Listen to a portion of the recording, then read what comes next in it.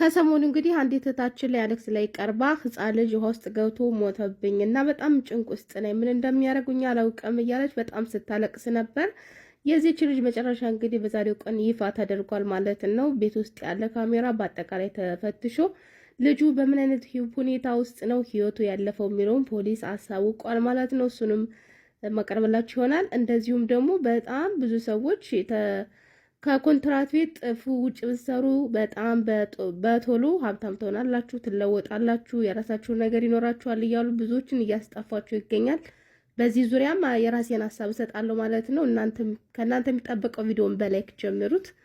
ሰላም ሰላም፣ እንዴት ናችሁ ውድ ቤተሰቦች? ደህና ናችሁ? ይሄን ያለው እግዚአብሔር ይመስገን። እናንተ በያላችሁበት ሰላማችሁ ብዝት ተርፍርፍ ይበልልኝ።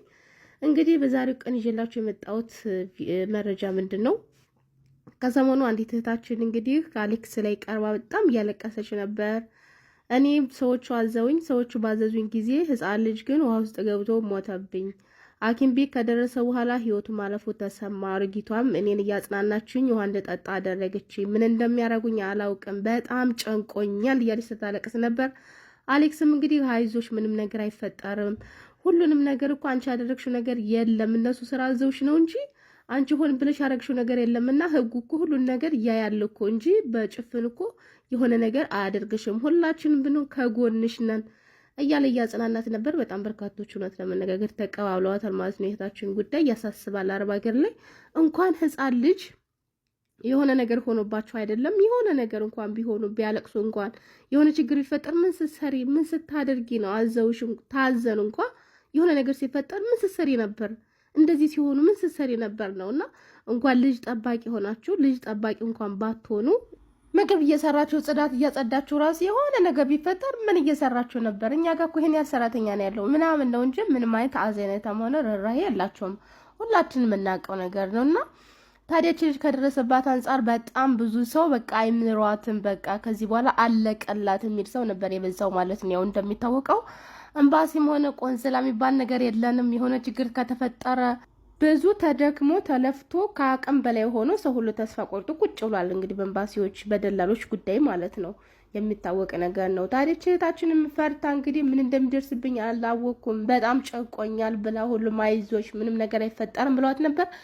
የተፈጠረው ነገር እንግዲህ ምንድነው? በአጠቃላይ ቤታቸው ውስጥ ያለው ካሜራ በፖሊስ ተፈትሿል። ሲፈተሽ ልጁ ባህር ውስጥ ከገባ ወይም ደግሞ ገንዳ ውስጥ ከገባ ከአንድ ሰዓት በኋላ ነው እነሱ እየደረሱበት ማለት ነው። እስከዚያ ድረስ አባት ከትልልቅ ልጆቹ ጋር አብሮ ሲመገብ፣ እናት ደግሞ ተኝታ በነበረበት ሰዓት እሷም ሌላ ስራ ታዛ ሴትዮዋ አዛት ያን ስራ በምሰራበት ሰዓት ነበር ልጁ ገንዳ ውስጥ ገብቶ ህይወቱ ያለፈው ማለት ነው። እንግዲህ ገንዳ ውስጥ ከገባ ከአንድ ሰዓት በኋላ ነው ካሜራው ላይ እንደሚያሳየው እነሱ የደረሱለት ራሱ ማለት ነው።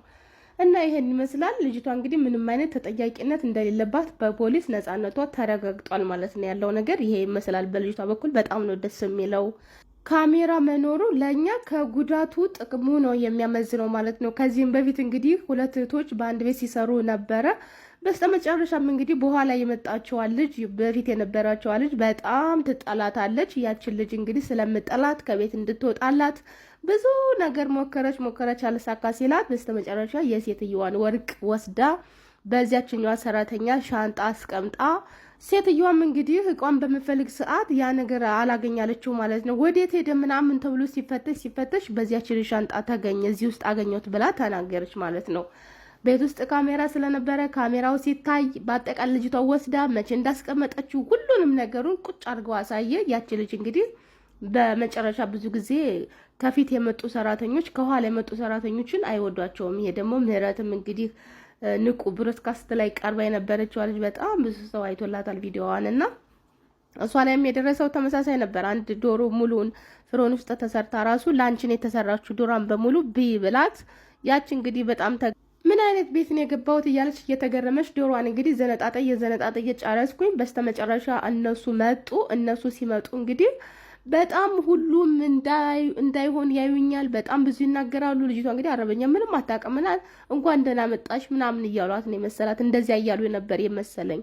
በስተመጨረሻ እንግዲህ የቆየሽ ስትሄድ የቤቱን ስታንዳርድ ስለምድ ሁሉ ነገር ስታይ ያ ዶሮ የተሰራው ለፋሚሉ ለሁሉም ነበር፣ ለኔ ብቻ አልነበረም። እሷ ግን ምን አለች? ለሷ በልተዋለች ብላ ነበር የተናገረችው፣ ያቺ አረበኛ ስለማትችል በወቅቱ ማለት ነው።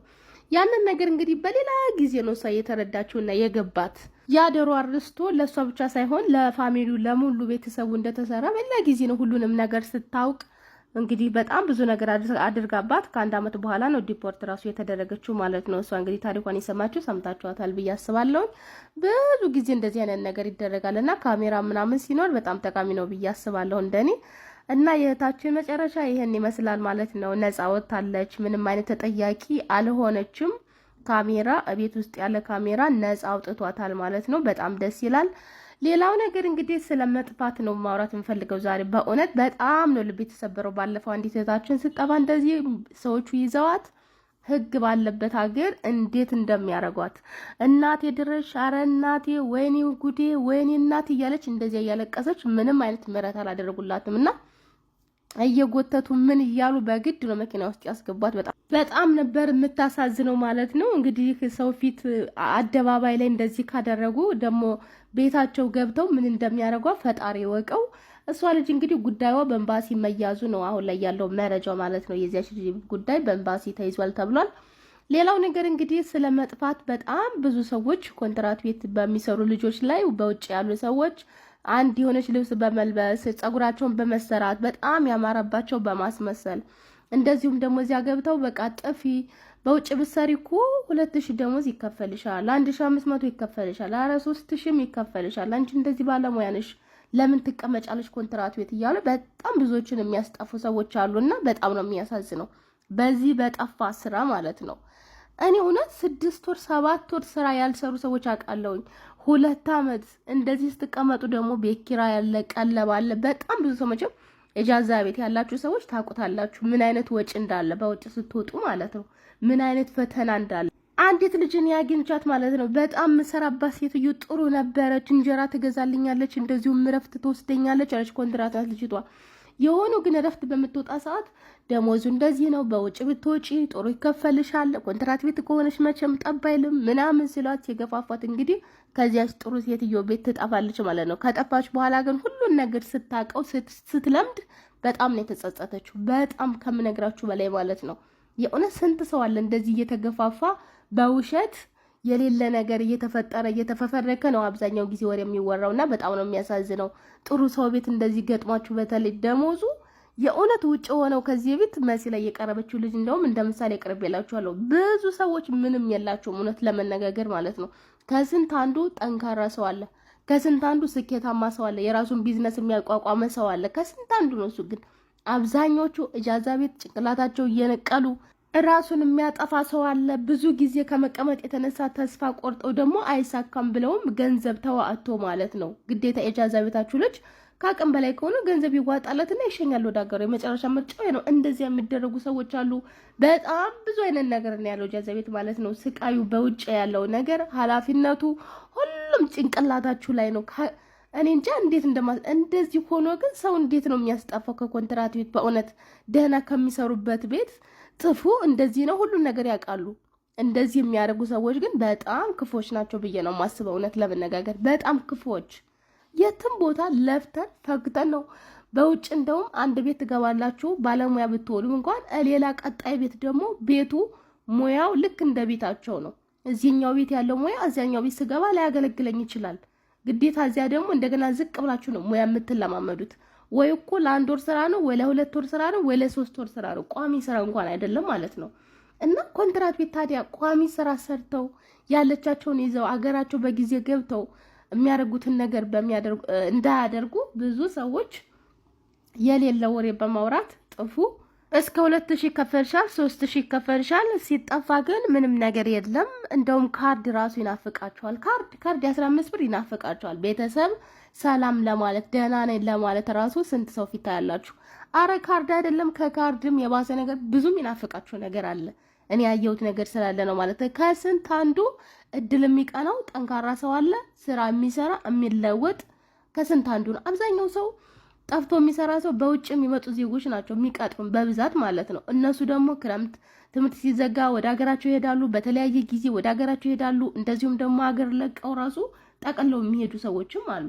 በዚያን ሰዓት ኢጃዛ ቤት ሄዳችሁ ቁጭ ትላላችሁ 2 ወር 3 ወር፣ ኧረ እስከ 2 አመት የተቀመጡ ሰዎች አቃለው እጃዛ ቤት ማለት ነው። እንደዚህ ግን 2 ዓመት ስትቀመጡ ጭንቅላታችሁ በጣም በሽተኛ የምትሆኑ ሰው ሰርቶ ሲመጣ እረፍት የሚመጡ ልጆች አሉ።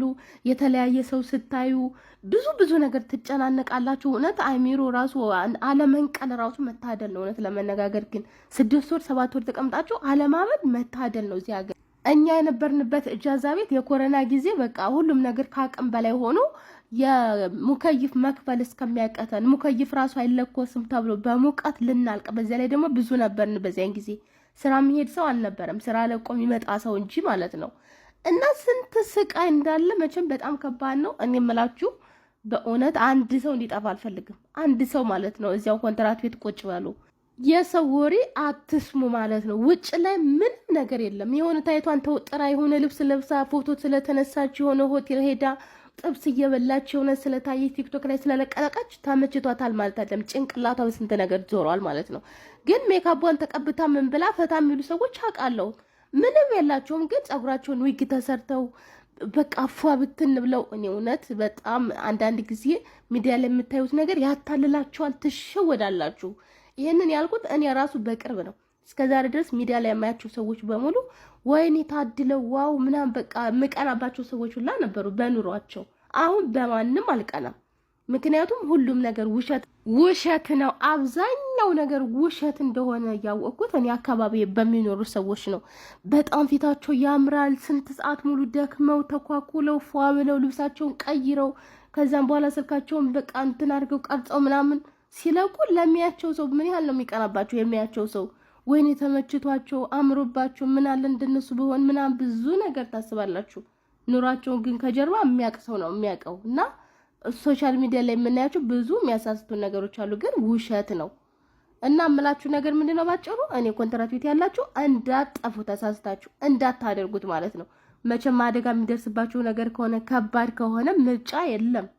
ግን እንደዚያም እንኳን መጥፋት ከፈለጋችሁ በጥንቃቄ ማለት ነው። ከያዟችሁ በጣም ከባድ ሊሆን ስለሚችል ከያዟችሁ እንኳን ወደ ፖሊስ የምትሄዱበት አጋጣሚ ቢሆን አሪፍ ነው። እዚያ ቤት ከተመለሳችሁ በጣም ከባድ ነው፣ ቂም ስለሚይዙባችሁ። ስለዚህ ጥንቃቄ ማድረግ አለባችሁ። ስትጠፉ በጣም ተጠንቀቁ ማለት ነው። እንደ ቀላል ነገር ማየት የለባችሁም። በአሁን ሰዓት ቴክኖሎጂ በጣም ስለረቀቀ በጣም ርቀው ሄደዋል ከኛ እነሱ ማለት ነውና ጥንቃቄ አድርጉላችኋለሁ ቤተሰቦች። የዛሬው ቪዲዮ ይመስላል። በድጋሚ እስከምንገናኝ ድረስ ሰላማችሁ ይብዛልኝ። ቻው።